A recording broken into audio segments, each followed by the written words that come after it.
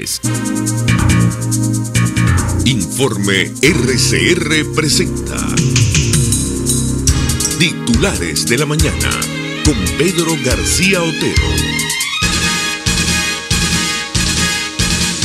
Gente trabajadora de Venezuela, 6:35 minutos. Bienvenidos a los titulares de la mañana de este viernes 17 de julio de 2015. Reciban el saludo de Jaime Nestares en la dirección general de la estación, Javier Pereira Díaz en la gerencia de información y opinión, Claudia Camperos en la gerencia de producción, de Julio César García, Kevin Sanz, Marilia García y Leonel Espinosa en la producción, de Julio Pinto, @JulioPintoPC en los controles, y de quien les habla, Pedro García Otero, @PedroGarcía, en la red social Twitter. Todos juntos, ustedes y nosotros, @PrensaRCR, @RCR750, porque lo bueno une. Este programa puede ser escuchado y visto en la www.rcr.tv, en la www.telenavegante.net, y dentro de un rato en las páginas Aicaracha y Tu Guarapo, que gentilmente lo reproducen. La pequeña historia de este día, de este viernes lluvioso, está marcada por la nueva inhabilitación de la Contraloría General de la República, esta vez para Enzo Escarano,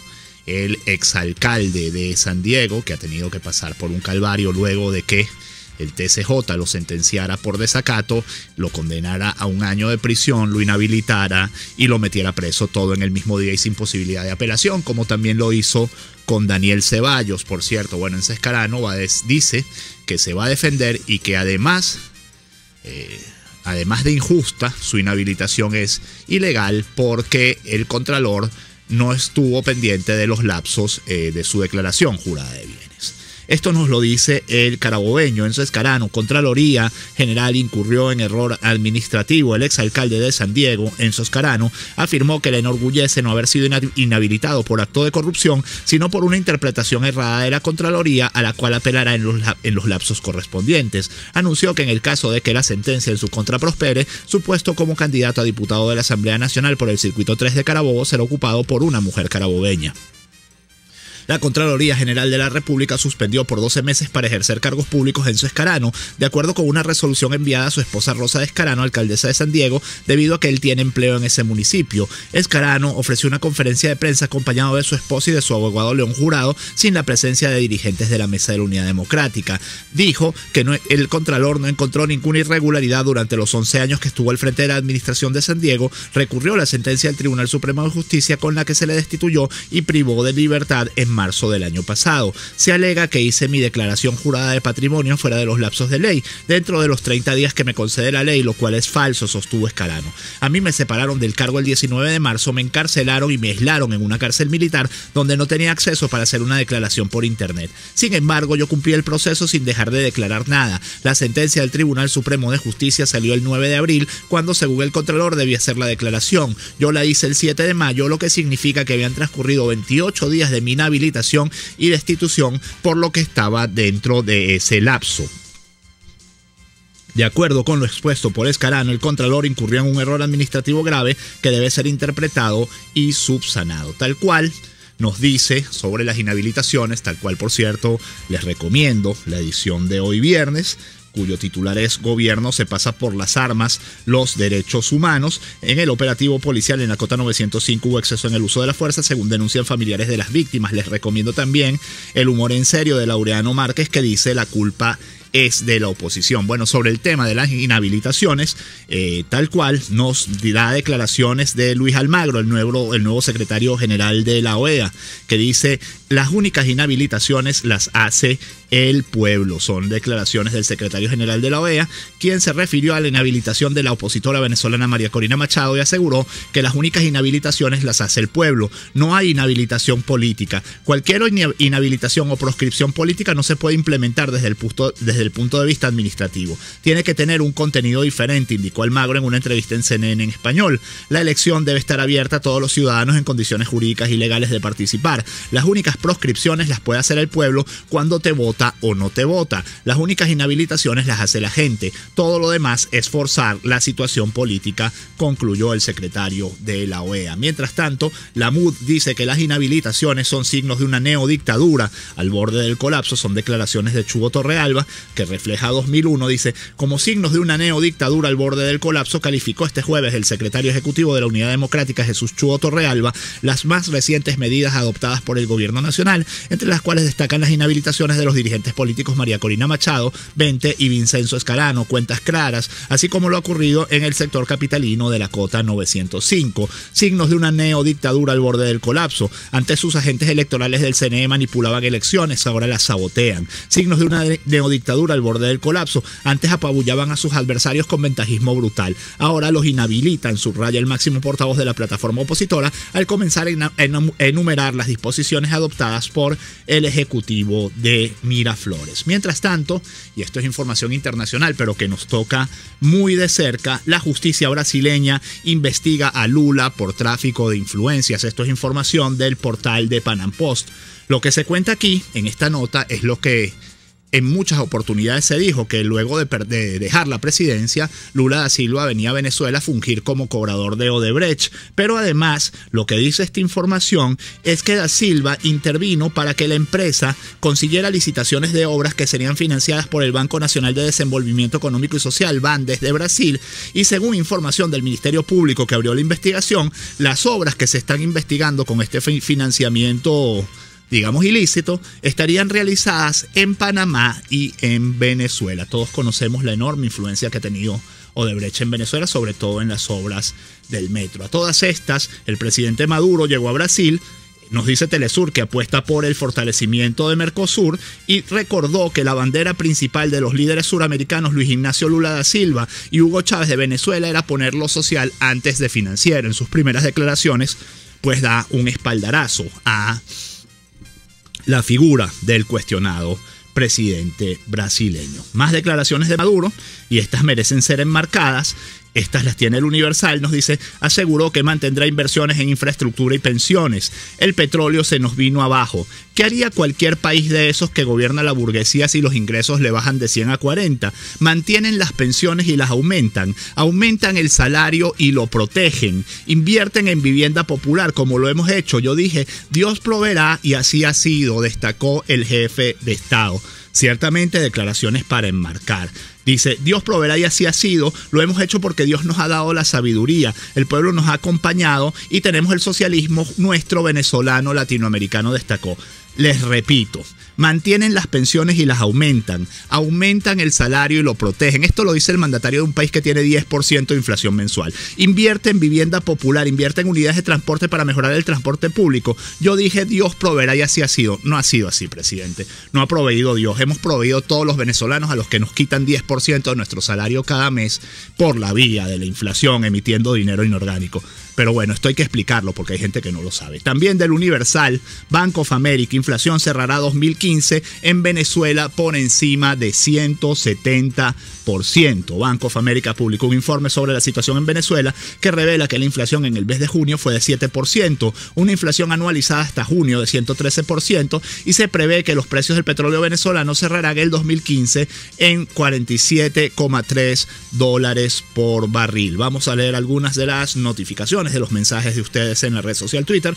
Nos dice versos de un tuitero: al que hay que inhabilitar es al gobierno que tiene al pueblo en lluvia, haciendo cola y pelando. Luis Alfredo Raposo, ciertamente, ni con lluvia paran las colas. Nos dice: en esta neodictadura estamos sin defensoría, sin fiscalía, con pocos medios, sin un José Vicente Rangel, pero con un libro rojo. Nos dice Jesús Viloria: mientras más inhabiliten diputados, con más razón hay que ir a votar por quienes queden. Nos dice Arnaldo: periodistas tienen el paso restringido a la morgue de Bellomonte, de esa manera van a disminuir el número de muertes violentas. Esto lo vamos a comentar en el próximo corte. Nos dice Jorge Sánchez Rojas: buenos días, el verdadero inhabilitado es el gobierno por su propia incompetencia para representar el interés del pueblo. Y Gerardo Chacón dice: el acoso político del gobierno a los opositores es una muestra de inseguridad o un indicador de que harán lo que sea para ganar. Yo creo que las dos. Lenza Cata dice: buen día, Pedro, le informo al Contralor que tiene responsabilidad civil, penal, administrativa y disciplinaria, que no lo olvide, lo olvidan muy a menudo. Y nos dice Santiago Villegas: Pedro García Otero, el Contralor anda como el futbolista Gonzalo Jara, tocándole las partes nobles a la MUD. 6:44 minutos a la pausa, enseguida más titulares. La información que despunta el día con Pedro García Otero en Titulares de la Mañana.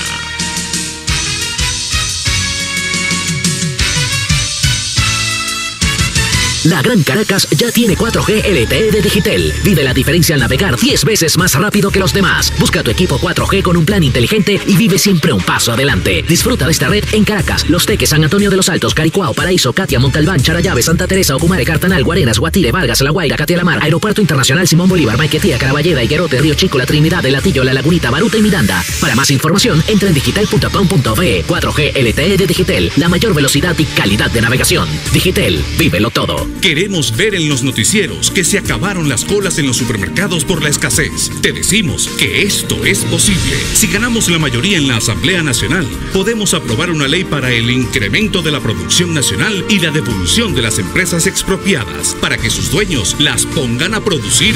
Si queremos que esto sea noticia el día de mañana, entonces tenemos que estar unidos por el cambio que necesita Venezuela. Contamos contigo. El cambio es indetenible. Primero justicia. En Central Madeirense son muchos años recibiéndote con las puertas abiertas, siendo parte de tu día a día, recuerdos y experiencias en las que siempre hemos estado a tu lado. Gracias por hacernos parte de tu historia, porque tú eres parte de la nuestra. Ahora tenemos unos autobuses súper cómodos. Mi papá dice que puede ver en su teléfono por dónde voy. Es finísimo. Transmetrópoli Escolar es el sistema de transporte más moderno, seguro y cómodo del país.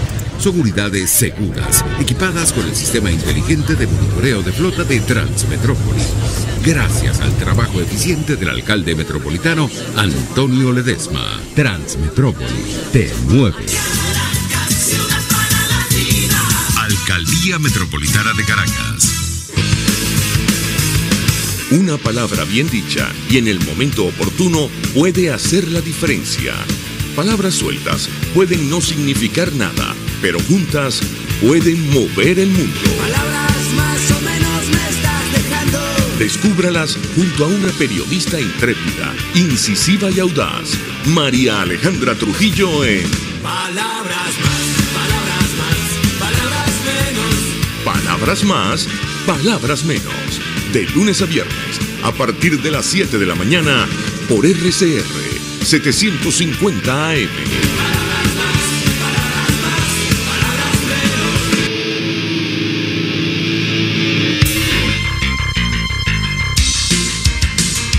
Estás escuchando Titulares de la Mañana con Pedro García Otero, solo por RCR 750 AM. 6:48 minutos. Hoy es el aniversario y cumple 42 años el diario 2001 y lo celebra con una edición especial que trata sobre la otra cara de la gente famosa de este país. Dice: celebramos 42 años en el mercado editorial venezolano. La mayoría de los personajes de la palestra pública son conocidos y percibidos por lo que hacen al ejecutar sus talentos o por su accionar al frente de despachos, instituciones u organismos. Cuando se trata de funcionarios, nuestros conocimientos sobre sus experiencias y experticias giran en torno a su presencia mediática, es decir, los medios constantemente nos muestran esas celebridades en sus ámbitos propios de acción. No obstante, esas figuras, como cualquier ser humano, también tienen vida propia y realizan otras actividades durante su tiempo libre, por relax, vocación, alter ego u otro yo. Es justamente en este último asunto donde 2001 quiso hurgar y dedicamos nuestra edición 42 aniversario a mostrar la faceta desconocida de un grupo de personajes públicos. Recomendamos pues la lectura de la edición aniversario del diario 2001. El Nacional, mientras tanto, tiene como principal titular: Fede Cámaras, industrias están en cierre técnico. Cifras preliminares del Banco Central calculan caída del PIB en 7,2%. El presidente saliente de la organización, que Jorge Roy, afirmó que la alerta que emitió sobre la crisis económica que sería generada por la baja de los precios petroleros no fue atendida por el gobierno y como consecuencia todos los sectores están en peores condiciones. Por cierto, por allí también hay una nota que habla de la industria del arroz, que dice que tiene inventarios para una semana.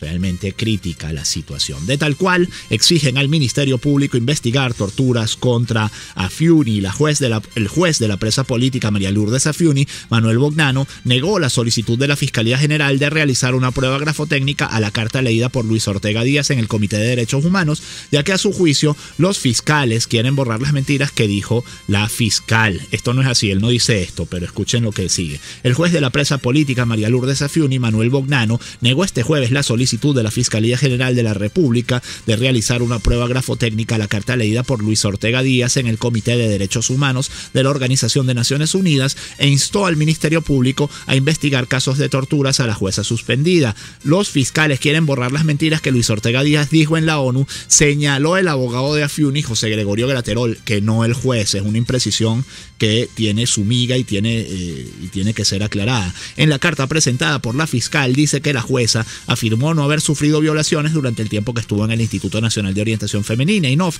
Graterol informó que el juicio continuará el próximo 4 de agosto. Agregó que durante la sesión le quitaron los teléfonos celulares a todos los que estaban presentes. El abogado recordó que la jueza Afiuni aprobó la liberación del empresario Eligio Cedeño porque lo amparaba el artículo 264 del Código Orgánico Procesal Penal 2001 y la resolución de la ONU que solicitó su excarcelación.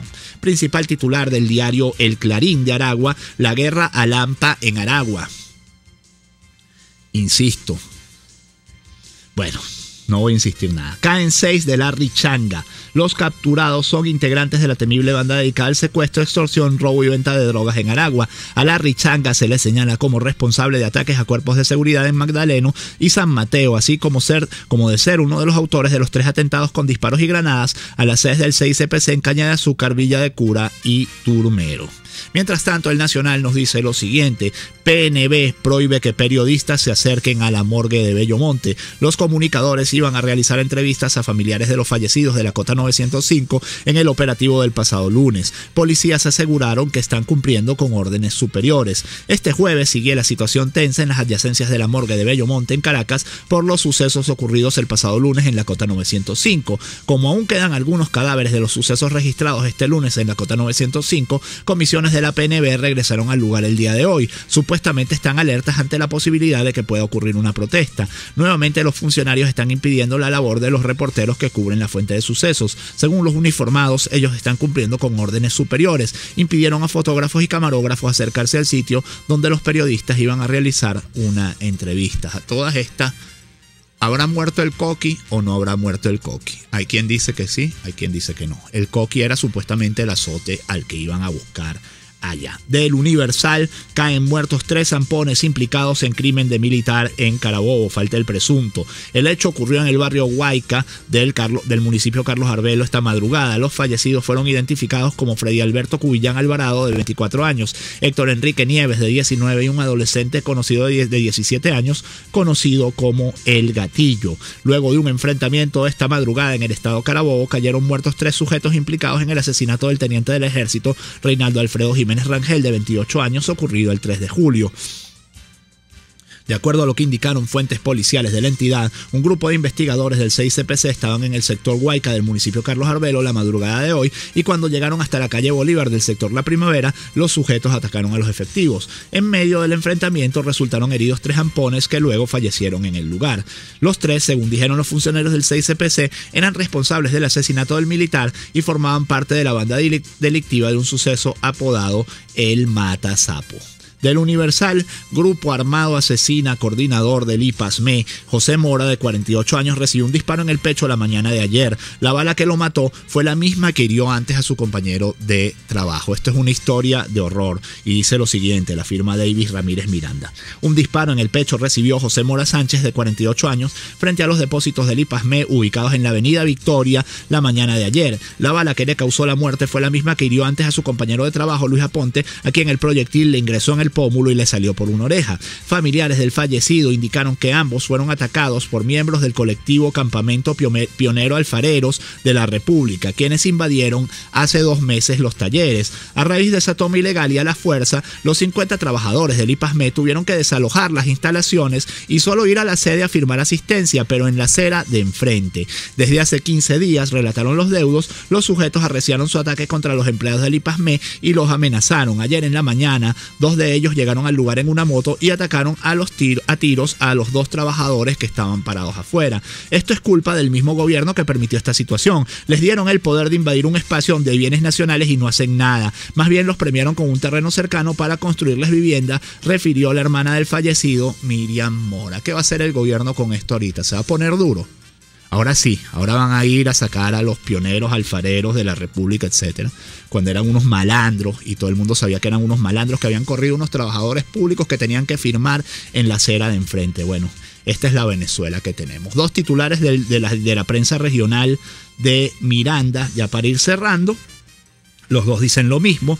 La Voz dice CLEM, que es Comité Legislativo Bolivariano del Estado Miranda, Consejo Legislativo Bolivariano de Miranda, declara persona no grata a Capriles. Tienen 8 votos contra 7 de la oposición. La mayoría del PSUV en el Consejo Legislativo en el Estado Bolivariano de Miranda aprobó el acuerdo en el que expone que el gobernador de esa entidad emitió unas declaraciones a favor del gobierno de Guyana en un diario de ese país, evidenciando con ello su postura y su carácter pro-imperialista. La región nos dice: Consejo Legislativo declara persona no grata al gobernador. Fracción de la Unidad Democrática rechazó el anuncio. El acuerdo fue presentado por la legisladora Aurora Morales a propósito de las declaraciones de Capriles el 11 de julio a favor del gobierno de Guyana en un diario de ese país llamado Sunday Chronicle. Bueno, es lo que hay. Nos dice El Nacional: Venezuela ratifica ante Mercosur derechos sobre el territorio Esequibo. Disputa limítrofe se coló en la agenda del bloque. Y cerramos con esta información que ustedes a lo mejor ya han visto, pero es muy interesante.